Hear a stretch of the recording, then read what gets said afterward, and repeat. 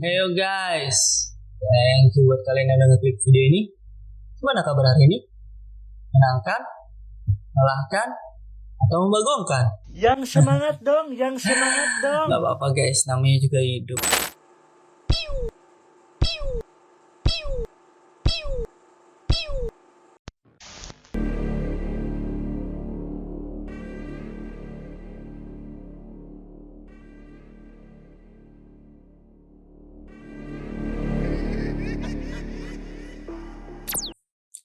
Di video kali ini gue mau bercerita dari mitologi Yunani tentang Dewa Zeus. Coba, ada yang tahu nggak tentang Dewa Zeus ini? Ini tuh bukan Zeus yang free spin itu ya. Kalau yang Zeus yang free spin itu sih menyesatkan banget guys. Kenapa? Ya kali lu dengan mainan sama kakek Zeus itu bisa dapet cuan gitu. Yang ada juga hancur hidup lu kalau mainan gitu terus guys. Oke deh, yang gue maksud di sini tuh Dewa Zeus, dewa yang paling gagah daripada dewa-dewa The Olympians yang lain. Ya gimana nggak paling gagah coba? Dari mulai dewi-dewi The Olympians yang lain yang berhasil dia gagahin, dan ada juga korbannya yang manusia yang dia gagahin. Zeus ini berasal dari mitologi Yunani generasi ketiga. Yang pertama tuh dikenal The Primordials, generasi yang kedua The Titans, dan yang ketiga inilah si Zeus ada, The Olympians. Kalau dalam mitologi Romawi, Zeus ini juga dikenal dengan nama Jupiter. Dan juga ada sih yang mirip-mirip di mitologi Nordik juga ada. Ya sama, punya kekuatan dari petir gitu. Ya kalian tau lah pasti, Thor. Zeus ini tuh memegang peran sebagai dewa langit. Ya dia juga memegang peran sebagai pimpinan atau raja dari dewa-dewi The Olympians yang lainnya. Ia disebut juga Zeus Pater, atau ya artinya sih sebenarnya ayah Zeus, udah simpel gitu doang sih. Ya selain dia ayah daripada dewa yang lain, dia juga ayah dari beberapa manusia. Anak hasil dari berhubungan badan si Zeus ini dengan manusia, atau lebih dikenal sebagai demigod, atau yang artinya manusia setengah dewa. Itu ada beberapa ya guys. Yang paling terkenal sih Hercules, atau kadang juga disebut Herakles, dan satu anak lagi Perseus. Tahu kan? Hercules yang mengemban tugasnya atas penebusan dosa-dosanya dia tuh diberikan 12 tugas. Dan satu anak lagi yang namanya Perseus, yang dimana dia tuh berhasil mengalahkan Medusa. Ya Medusa ini tuh setiap orang yang melihat wajahnya bakal berubah menjadi batu atau berubah menjadi patung. Jadi sosok pahlawan si Perseus ini guys. Zeus ini adalah anak dari Titan Kronos yang merupakan penguasa dunia dan pemimpin daripada para Titan, dan ibunya yang bernama Rhea. Sebenarnya Zeus adalah anak termuda dari Titan Kronos dan Rhea. Nah, tapi Titan Kronos ini memiliki ketakutan guys.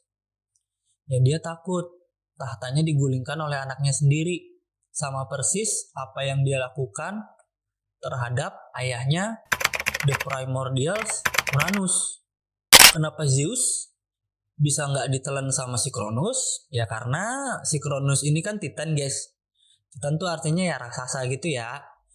Nah sewaktu-waktu dia pengen ngelan Zeus, Rhea tuh nggak kehabisan akal.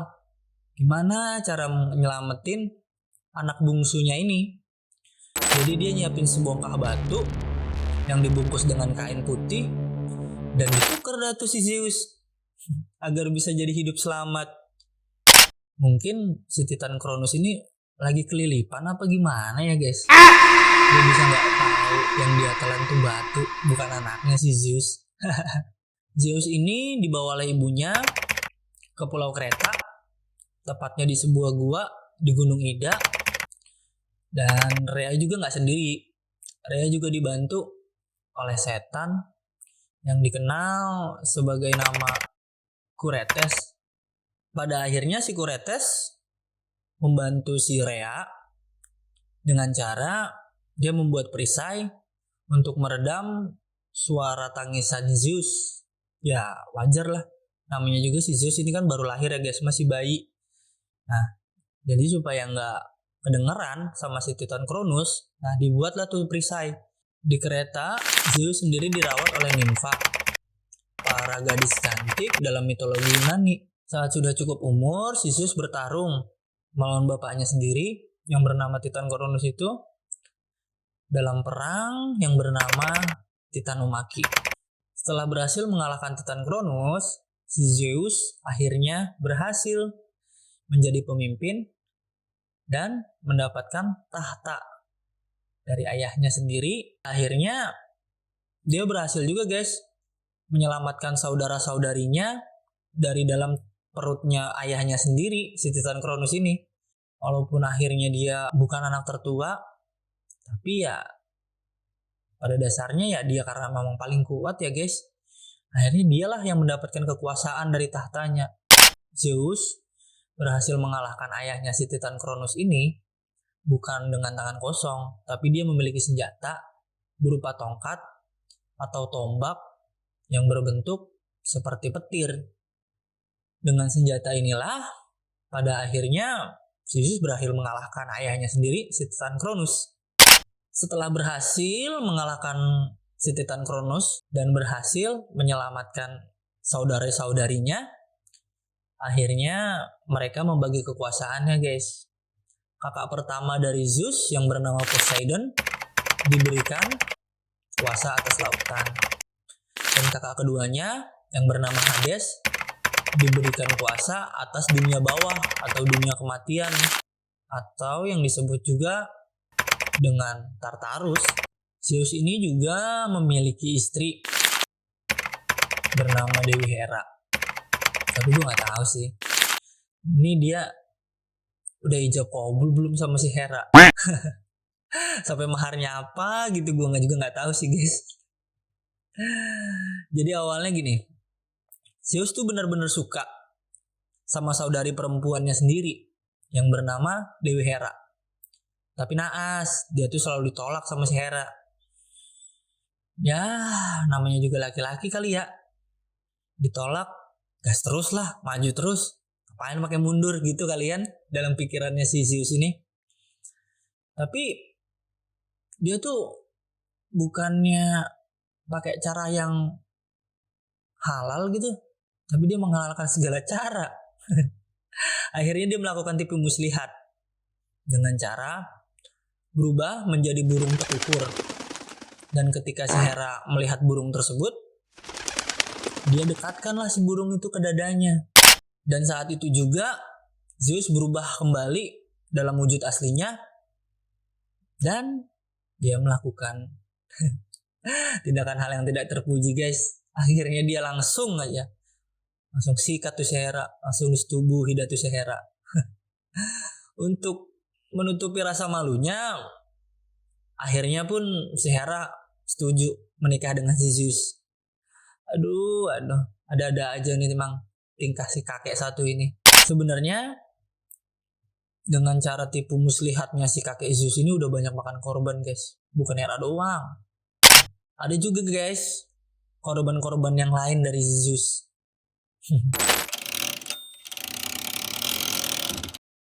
Yang pertama adalah Europe. Dia putri dari seorang raja bernama Aganor di Sidon. Benua Eropa ya dinamai dari namanya dia. Terinspirasi gitu ya. Suatu hari Europe bersama teman-teman wanitanya berkumpul dan memetik bunga bersama. Zeus melihat kumpulan wanita ini dan langsung jatuh cinta pada Europe ini. Karena Europe adalah perempuan tercantik di antara mereka. Zeus selalu menyamar sebagai banteng putih yang indah. Dan ia langsung menghampiri mereka.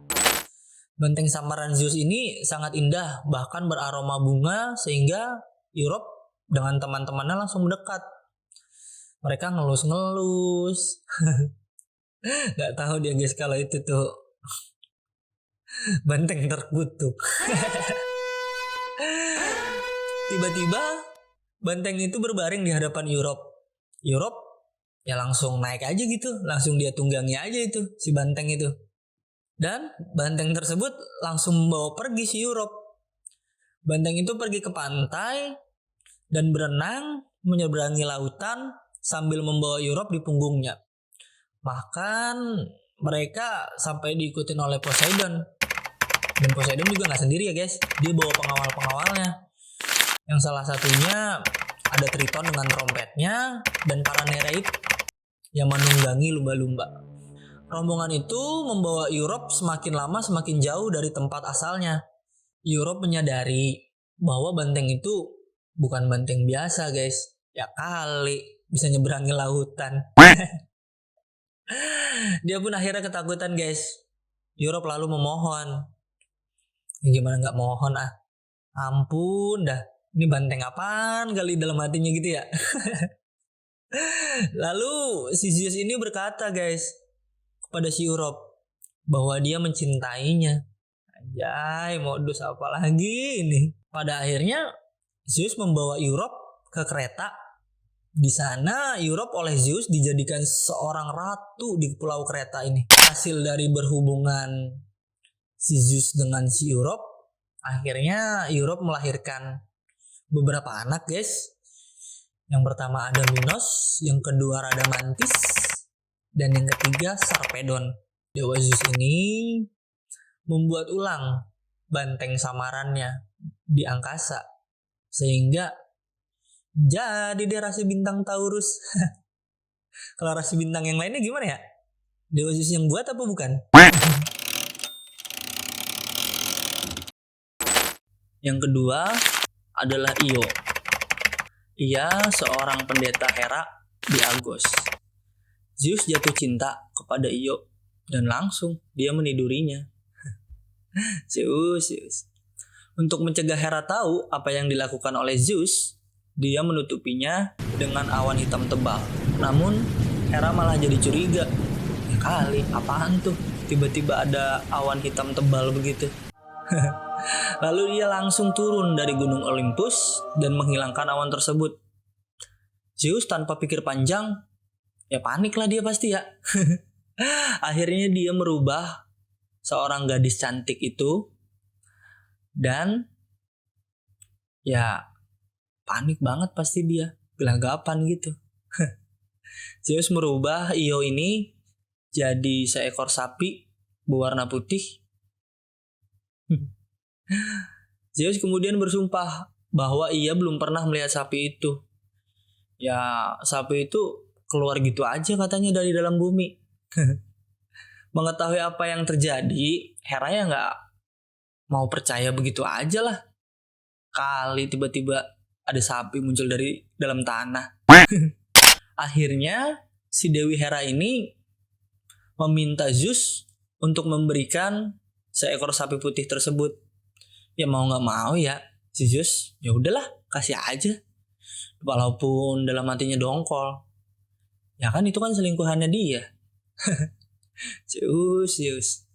Zeus yang akhirnya nggak terima. Ya karena itu kan selingkuhannya. Dia mengatur cara nih, mengatur siasat gimana supaya dia dapat selingkuhan ini kembali. Dan akhirnya dia mengutus Hermes buat mengambil balik si Io. Dengan cara si Hermes ini menyamar jadi seorang gembala untuk membunuh Argus. Jadi sebelumnya si Hera ini mengutus bawahannya sendiri yang bernama Argus Panoptes buat menjaga si sapi. Ya padahal itu Io. Argus ini tuh dia berwujud raksasa bermata 100 guys. Banyak banget tuh mata. Dengan penyamarannya, pada akhirnya si Hermes berhasil membuat si Argus tertidur dengan alunan musik dan ceritanya. Didongengin sebelum tidur selamanya. Sebagai kenang-kenangan, Hera mengambil semua mata Argus dan memasangkan pada ekor burung kesayangannya yang sekarang lebih kita kenal sebagai burung merak. Tapi ya itu sih menurut mitologi Yunani ya guys, burung merak asalnya dari matanya si Argus ini. Hera kemudian memaksa Io untuk mengembara di bumi tanpa istirahat, dan Io melintasi jalan antara Propontis dan Laut Hitam yang kemudian dinamai Bosporus atau lintasan sapi. Di sana dia bertemu Prometheus. Prometheus dirantai di Gunung Kaukasus oleh Zeus karena dia mengajar manusia untuk membuat api dan menipu Zeus. Zeus yang murka akhirnya menghukum si Prometheus ini. Setiap hari seekor elang raksasa datang untuk memakan hati dari si Prometheus. Jadi kan si Prometheus ini kan sebenarnya dewa juga ya guys. Nah dia tuh immortal atau abadi. Dia gak bisa mati. Setiap hari hatinya itu dimakanin sama burung elang raksasa. Ya karena gak bisa mati dan hatinya tiap kali tumbuh begitu aja. Dan tiap hari juga dimakan begitu aja oleh si elang. Meskipun ia sangat menderita, Prometheus tetap bisa menghibur Io dengan memberitahu bahwa Io akan kembali menjadi manusia dan keturunannya bakal jadi seorang pahlawan yang hebat. Io kemudian menyeberangi lautan Ionia. Di Mesir dia diubah kembali menjadi manusia oleh Zeus. Di sana juga ia berhasil melahirkan putra Zeus yang bernama Ephasos dan seorang anak perempuan yang bernama Kioresa. Dia kemudian menikah dengan Telegonus, Raja Mesir. Firaun bukan tuh?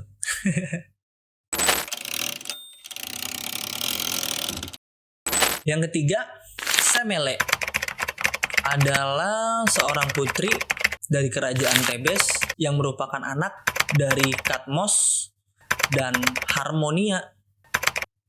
Dia sebenarnya juga pendeta guys. Pendeta wanita gitu di kuilnya Zeus. Dalam satu kesempatan, Zeus mengamati Semele. Ketika si Semele sedang menyembelih seekor banteng di altar Zeus, kemudian ia berenang di sungai Asopus untuk membersihkan tubuhnya dari sisa-sisa darah yang menempel di tubuhnya. Zeus pun jatuh cinta. Si Zeus ini emang dia pada akhirnya berulang-ulang kali meniduri Semele. Zeus selalu mengunjungi Semele di malam hari dalam wujud yang tak terlihat. Semele merasa senang menjadi kekasih dari seorang dewa. Walaupun dia nggak tahu dewa yang mana. Karena si Zeus ini bener-bener gak nunjukin wujudnya gitu guys. Istri Zeus yang bernama Hera akhirnya tahu perselingkuhan si Zeus ini. Ketika Semele sedang hamil, Hera kemudian nyamar sebagai perempuan tua yang ngunjungin Semele. Dan si Hera ini meyakinkan Semele untuk melihat wujud asli kekasihnya, agar Semele tahu siapa sih sebenarnya yang jadi kekasihnya. Ya pada dasarnya si Semele ini juga penasaran ya. Kekasihnya dewa. Tapi dewa yang mana? Dia gak bisa lihat gitu kan. Karena tak berwujud si Zeus ini waktu datang ke dia. Ketika Zeus datang lagi sama si Semele, Semele maksa dan bersumpah untuk memberikan satu permintaan. Jadi saking cintanya si Zeus ini, udahlah, lu mau apa? Gua kasih dia satu permintaan, bakal gua tepatin. Dan akhirnya si Semele ini langsung minta, gue nggak mau apa-apa deh. Cuman gue minta satu, gue pengen tahu wujud lu kayak gimana nih. Mungkin percakapannya seperti itu ya guys. Ya Zeus nggak seneng lah mendengar apa kata-kata si Semelek seperti itu. Karena Zeus udah tahu apa yang bakal terjadi sama Semelek kalau si Semelek ini tahu wujudnya Zeus yang asli. Namun Zeus nggak punya pilihan guys. Ya ada keren-kerennya dikit ya. Dia tepat janji gitu si Zeus. Ya akhirnya Zeus berani menampakkan dirinya terhadap Semelek. Namun naas guys. Akhirnya Semelek yang sudah melihat wujud aslinya Zeus, pada akhirnya dia harus terbakar hingga tewas. Namun Zeus masih sempat nyelamatin anaknya yang ada di dalam kandungannya si Semelek yang bernama Dionysius dan memasukkan ke dalam pahanya sampai ia siap dilahirkan. Beberapa bulan kemudian Dionysius itu lahir. Kelahiran dari Zeus menjadikannya seorang dewa. Ya, tapi gue bingung sih guys. Si Zeus ini laki-laki kan? Kok dia ngelahirin anak ya? Mengada-ada aja nih cerita ya. Dewa-dewaan ini. Kalian percaya dewa gak guys? Setelah dewasa, Dionysius ini pergi ke dunia bawah dan membawa kembali ibunya dari kematian. Semele menjadi dewi gunung Olympus dengan nama baru Tione atau Tiwan. Yang keempat, Ganymede atau Ganymede, terserah kalian menyebutnya apa. Selain perempuan, Zeus juga memiliki kekasih laki-laki yang bernama Ganymede. Ganymede adalah seorang pangeran Troya dan merupakan anak dari Tros dan Kalirho. Ganymede ini memiliki penampilan yang sangat menarik. Ya, jadi Zeus mulai jatuh cinta. Aduh, gak cuma cewek doang dong. Suatu hari si Ganymede ini sedang mengembalakan ternak, tepatnya di Gunung Ida. Pada saat itu ya Zeus melihat si Ganymede ini. Dan Zeus langsung berubah menjadi seekor elang dan membawa Ganymede ke gunung Olympus. Langsung diterkam gitu berarti. Aduh Zeus. Di Olympus, Ganymede dijadikan abadi. Selain itu, dia juga menjadi kekasih Zeus. Dan si Ganymede ini diberikan tugas sebagai pengantar atau pembawa minuman bagi para dewa, menggantikan Hebe atau Hibe. Tros sangat sedih karena kehilangan anaknya yang bernama Ganymede ini. Oleh karena itu, Zeus memberi 2 ekor kuda. Kuda ini gak sembarangan. Kuda abadi dan tanaman anggur emas sebagai kompensasinya. Ya anaknya ditukar kuda. Worth it gak guys? Zeus lalu mengirimkan Hermes yang memberitahu Tros bahwa Ganymede telah menjadi pelayan abadinya dan mendapat posisi yang sangat istimewa sebagai pembawa minum di Gunung Olympus. Zeus juga mencitrakan si Ganymede di angkasa sebagai rasi bintang Aquarius, salah satu bulan Jupiter yang ditemukan oleh Galileo Galilei yang dinamai Ganymede. Kalisto, dia adalah putri raja dari Raja Likaon di Arkadia. Dia merupakan salah satu teman dari Artemis dalam berburu. Ya, kita tahu Artemis kan suka berburu tuh. Nah, dia temannya guys, si Kalisto ini. Sebagai teman yang Artemis, si Kalisto telah terikat sumpah kesucian bahwa dia terus menjadi perawan. Tapi ya, apa daya kalau Zeus pengen mah. Langsung diselebel aja gitu. Zeus pun pada akhirnya dia mendekati Kalisto dengan menyamar sebagai Artemis. Setelah Kalisto dekat dengannya, Zeus langsung deh tuh melakukan aksi-aksi tidak terpujinya. Ketika tahu bahwa Kalisto tidak perawan lagi, Akhirnya Artemis marah dan mengusir si Kalisto ini keluar dari rombongannya.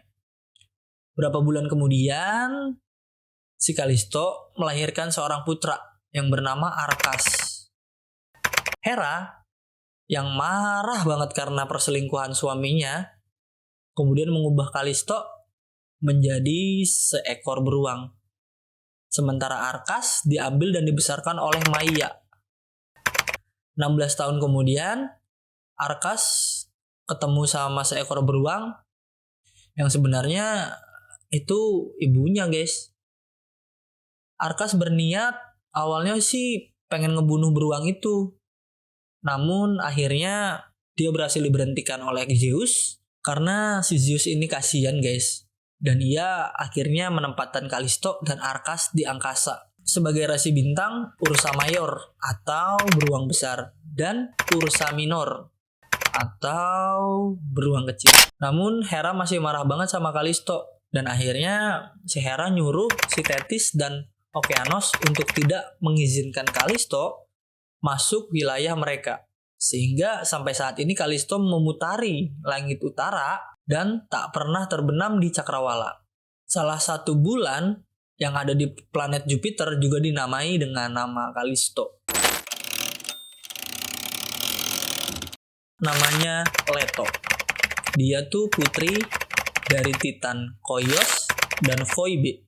Dia adalah salah satu kekasih pertama dan favorit Zeus. Ketika Zeus menikahi Hera, Leto sedang hamil dari hubungannya dengan Zeus. Meskipun Leto dihamili sebelum pernikahan Hera, tetap aja Hera marah pada Leto. Hera pun terus-menerus memberi kesulitan bagi Leto. Pertama-tama Hera mengusir Leto dari Olympus.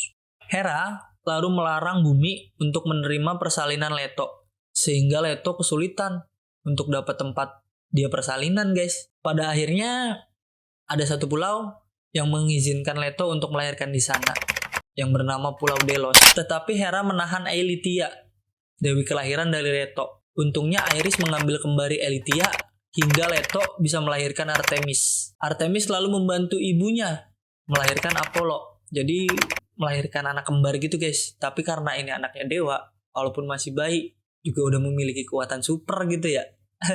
Hera yang masih marah kemudian mengirimkan naga Piton untuk membunuh Leto. Apollo yang barusan lahir juga berhasil membunuh si Piton ini dan melindungi ibunya akhirnya. Tidak berhenti sampai situ, Hera juga mengirimkan raksasa bernama Tityos untuk menyetubuhi si Leto. Tityos akhirnya bisa dibinasakan oleh bayi supernya ini, si Apollo sama si Artemis. Ya kali, jagur buru loh itu si Artemis. Dan yang terakhir nih, yang bernama Aegina, adalah seorang anak perempuan dari dewa sungai yang bernama Asopus. Aegina ini seorang perempuan cantik sampai si Zeus ini jatuh cinta banget sama dia. Zeus berubah menjadi elang dan membawa Aegina ke pulau Oinoni. Dari hasil hubungannya si Zeus dengan Aegina, akhirnya lahirlah Aiakos. Asopus yang mencoba mengejar putrinya ke pulau Oinoni, namun ya Zeus mengusirnya. Pakai apa? Ya pakai petir lah, kan dia punya senjata petir. Aegina dan putranya lalu tinggal di pulau itu. Setelah dewasa, Aiakos menjadi raja di sana dan mengganti nama pulau tersebut menjadi nama ibunya sendiri yang bernama Pulau Aegina. Hera yang marah atas perselingkuhan itu akhirnya memutuskan untuk menghukum mereka. Hera mengirim wabah ke Pulau Aegina sehingga semua penduduknya termasuk hewan-hewan pada mati. Sementara itu Aiakos dan ibunya bisa selamat karena dilindungin sama dewa Zeus. Ya kali, itu kan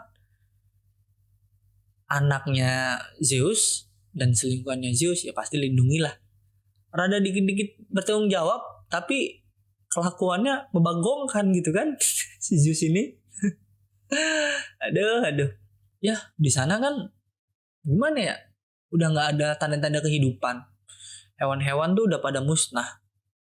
Tapi mereka tuh pada akhirnya ngeliat bahwa tuh ada kumpulan semut-semut tuh mengitari mereka. Loh, kok ini masih ada semut-semut gitu kan? Nah, mereka pun pada akhirnya berdoa kepada Zeus. Zeus akhirnya ngerubah semut-semut itu menjadi para Myrmidon.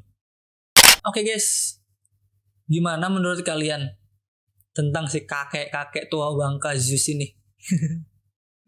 Banyak banget kan tipu muslihatnya dia buat ngedapetin selingkuhan, buat selingkuh. Ada aja cara-caranya, tapi ketahuan terus sama Hera guys. Mau dibilang gak profesional tapi dia dewa ya kan? Ya sekarang cewek mana sih guys yang nggak tahu kalau pasangannya selingkuh? Ada aja, peka banget guys cewek itu guys. Jangan berani-berani dah selingkuh dah. Kalau nggak habis dah tuh lu. Aduh. Ada yang punya pengalaman nggak ketahuan selingkuh sama pacar atau istrinya? Komen di bawah ya guys. Gue pengen tahu.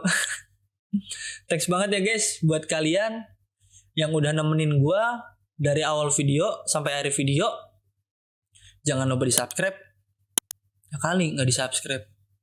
Udah begel ini rahang gue ngomong dari tadi. Untung gak copot juga.